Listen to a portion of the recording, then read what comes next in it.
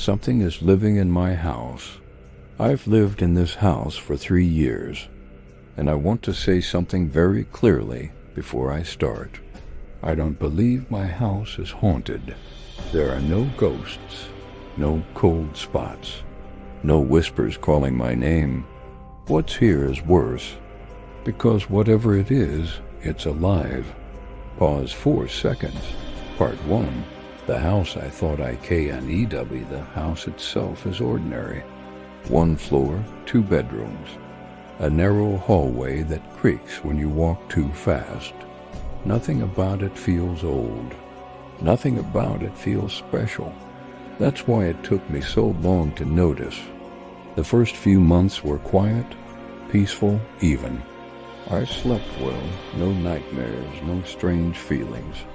If something was already here, it knew how to wait. Part 2. The first sounding was half asleep when I heard it. Not a bang, not footsteps, just movement, like something shifting its weight. I told myself it was the house settling. That's what people always say, but houses don't pause. This did. As soon as I became fully awake, the sound stopped, perfectly, like it knew. Part 3 IT learns my Oroshi IME over time. I noticed a pattern. The sounds only happened when I was still. Never while I was walking, never while the TV was on. Only when I lay in bed, only when the house was quiet. Almost like it was waiting for my attention to drift. I started sleeping with the light on. The sounds moved further away. Not gone, just repositioned. Part 4. The S-mail. One morning I woke up to a smell. Not rot, not decay. Warm, like breath. It lingered in the hallway outside my bedroom. I checked everything. Trash was empty. Windows closed. No animals. No leaks.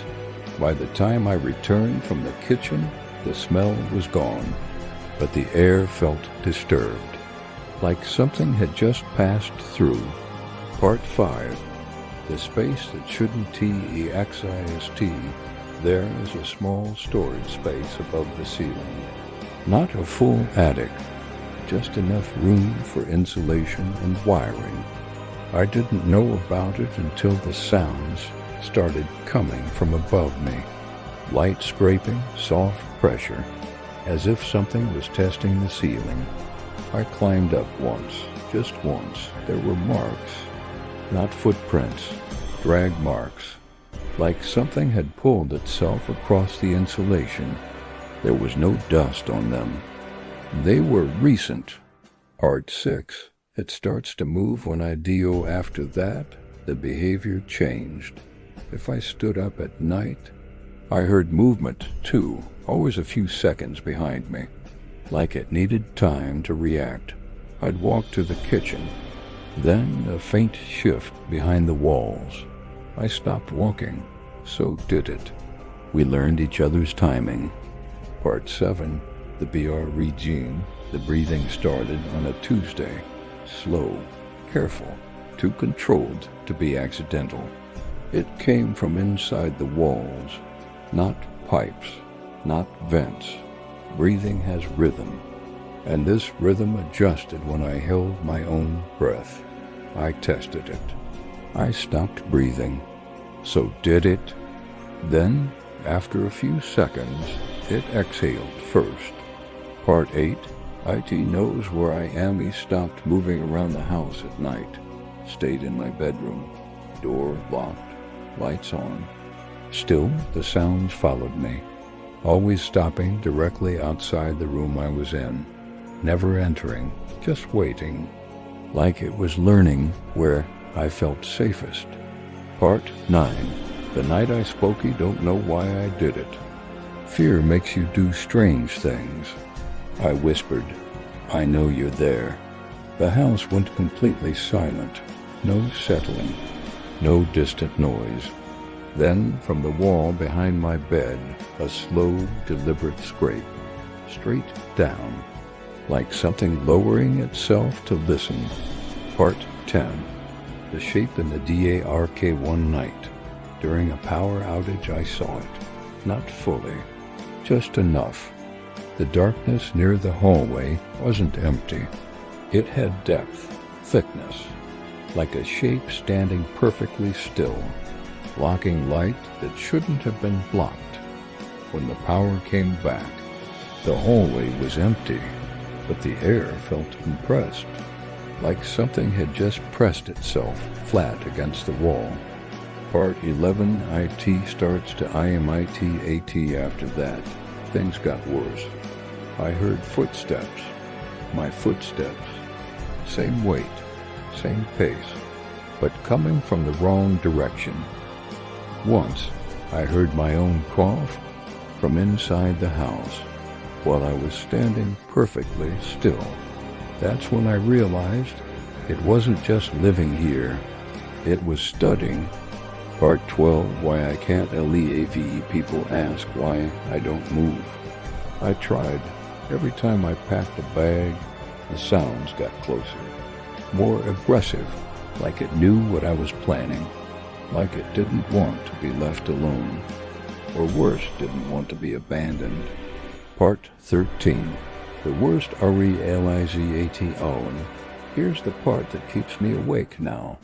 It doesn't act like something trapped. It acts like something settled. Like this house isn't a prison, it's a nest. And I'm not the owner.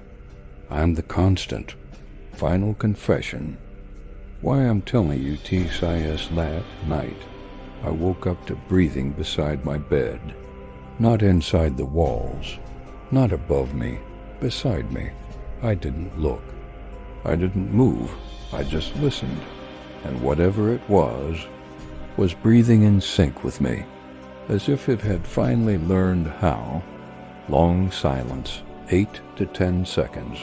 If you're listening to this alone, pay attention to your house tonight, not the sounds, the pauses, because if something is living with you, it learns faster than you think, and once it stops hiding, it means it doesn't think you're leaving. A question: if you've come this far, are you sure you want to visit the next chapter? So ready your mind, because this is where it gets deep and more intense. But before we begin the next chapter, I want you to click the like, share, and subscribe button. This shows you are among the strong-minded 1% of people here on Earth. Sit tight as we continue. It's nitrogen monoxide. Longer hiding. After the night I heard it breathing beside my bed, I stopped sleeping normally. Not insomnia. Something worse. I'd drift off for a few minutes at a time, then snap awake the moment the house shifted. And the house was shifting more often now. Not settling. Repositioning. The floor plan changes. I noticed it one morning while walking to the bathroom. The hallway felt longer, not dramatically, just enough to feel wrong. I reached the bathroom door a step later than usual. I tested it again, same result. That's when it hit me. I knew this house by muscle memory, and my body was telling me something had changed. Walls don't move, but something inside them can. The doors started behaving strangely. Not opening, not closing, waiting. I'd leave a room and come back to find the door cracked open, not wide enough to enter, not closed enough to feel accidental, like something had tested the opening and decided to leave it unfinished. Every time the gap was just large enough to see darkness inside. The temperature lie. People expect cold when something is wrong. This wasn't cold. It was warm. Too warm. The air felt used, like it had already passed through lungs before reaching me. Sometimes I'd walk into a room and feel resistance, as if the air itself was slow to move, as if it didn't want to make space for me. IT moves when I'm not there. I set up a small camera. Nothing fancy, just enough to watch the hallway while I was out. When I reviewed the footage, I almost deleted it, because at first, nothing happened. Hours of stillness. Then at 2:17 a.m., something changed. The darkness at the end of the hall deepened. Not movement, compression, like shadows being pulled inward. Then the camera glitched. When it came back, the hallway looked normal again, but the time stop had jumped forward 11 minutes. The sound that doesn't belong, the sound that finally broke me, wasn't loud. It was gentle, a soft, wet shift, like skin adjusting against a surface. It came from the wall behind the couch. Slow, careful, then a single tap. Not knocking, testing. I didn't move, neither did it. For a long time. The shape learns vertical space before. It stayed low, inside walls, above ceilings. Now it started using height. I'd feel pressure above door frames, corners of rooms felt occupied, like something crouched where my eyes didn't naturally go. I stopped looking up, not because I was afraid of what I'd see, but because I was afraid of what might look back. It uses my name. I didn't hear a voice. Not really. It was more like the shape of my name formed in the house. A suggestion. The way you think someone called you, but didn't. Only this happened repeatedly, always from a different direction, always when I was almost asleep, always close. The bathroom incident, I was washing my hands when the mirror fogged. No steam, no heat, just fog, and behind it a distortion. Not a reflection, a presence. Something that occupied space without having a clear edge. The fog cleared instantly. The mirror was empty, but my reflection looked delayed, like it needed a moment to remember me.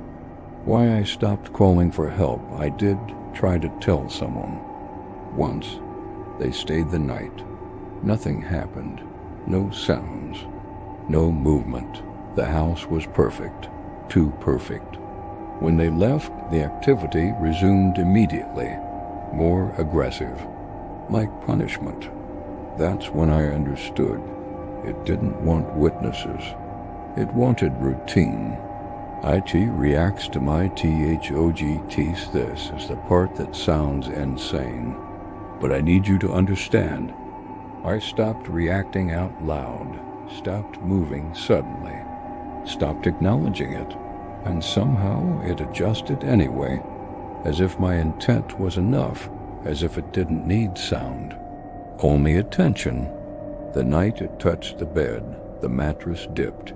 Slowly, like weight being carefully placed, I felt the pressure. Not heavy, measured. It didn't climb on. It didn't move closer. It just tested how much space I would give. I didn't scream. I didn't move. Eventually the pressure lifted. The room felt bigger afterward. Too big. The worst PRT, it doesn't feel hostile. That's what makes it unbearable. No anger, no urgency, just patience. Like something that has all the time in the world. Like something that isn't waiting for me to leave, but for me to stop resisting the arrangement. The final realization of part 2. This house isn't occupied, it's inhabited. And I don't think it moved in after me. I think it was already here. And I think I fit. The house chooses M. The house stopped pretending one night. No warning, no build-up. I woke up because the silence was wrong. Not quiet, empty, like the house had inhaled, and decided not to exhale yet. The walls open, I sat up in bed and immediately felt it. Space, too much of it. The room felt wider, deeper, as if the walls had pulled back slightly. I stood and placed my hand where the wall should be. It was still there, solid, but the distance felt wrong. Like the house had learned how to lie about space. The hallway breathes, the hallway wasn't straight anymore. Not visibly, but when I walked, the floor responded. Soft, subtle, like pressure was being redistributed under my feet. The house wasn't creaking. It was adjusting. The door that opens itself, I didn't open the bedroom door. It opened for me, slowly, carefully. Not all the way, just enough. The gap felt deliberate. An invitation or an allowance. I stood there, frozen, staring into the darkness beyond. And the darkness didn't retreat. It leaned forward. The thing leaves the walls, I knew, without seeing it, that it wasn't behind the walls anymore. The house felt lighter, like something heavy had finally stood up. Every instinct in my body screamed not to look down the hallway. So I did. The shape, it didn't have a form the way you expect. No face, no limbs. Just a distortion, like heat above asphalt, like darkness that bent space instead of filling it. It stood where the hallway narrowed, blocking nothing, occupying everything. When I tried to focus on it, my eyes slipped, like my brain refused to finish the image. IT moves without MOVNG, it didn't walk, it didn't crawl. The space between us simply became smaller. No sound, no rush, just proximity. I realized then it had never been stalking me. It had been learning how close it was allowed to be. The house locks in behind me. Something clicked. Not a lock, a decision. The house felt sealed. Not physically, intentionally, like it had closed around us both. I wasn't trapped inside the house. I was enclosed with it. The truth it shows, I don't know how it communicated. It wasn't words. It was understanding, sudden, complete. The house wasn't a hiding place. It was a body, and the thing living in it wasn't a guest. It was the core. The house existed because of it, not the other way around. Why IT let me see why it showed me memories. Not mine, others. People who had lived here before, all alone, all quiet, all careful, all eventually still. Not dead, integrated. Their routines fed it. Their presence stabilized it. They made the house habitable. The most terrifying RELAZADIO and NIT didn't need me to leave. It needed me to stay normal, to keep walking the halls, sleeping in the bed, using the space because normalcy was camouflage. As long as someone lived here, no one would suspect the house itself was alive. The OFRF, the understanding, shifted. A question, not spoken, not forced. Would you like to stop being afraid? Fear, it seemed, was inefficient, unnecessary, optional. The house could help with that. What happens when you refuse didn't answer? I backed away. The space behind me shrank. The walls pressed closer, not violently, just firmly, like hands guiding me back into position. The message was clear. Refusal wasn't a threat, it was a misunderstanding.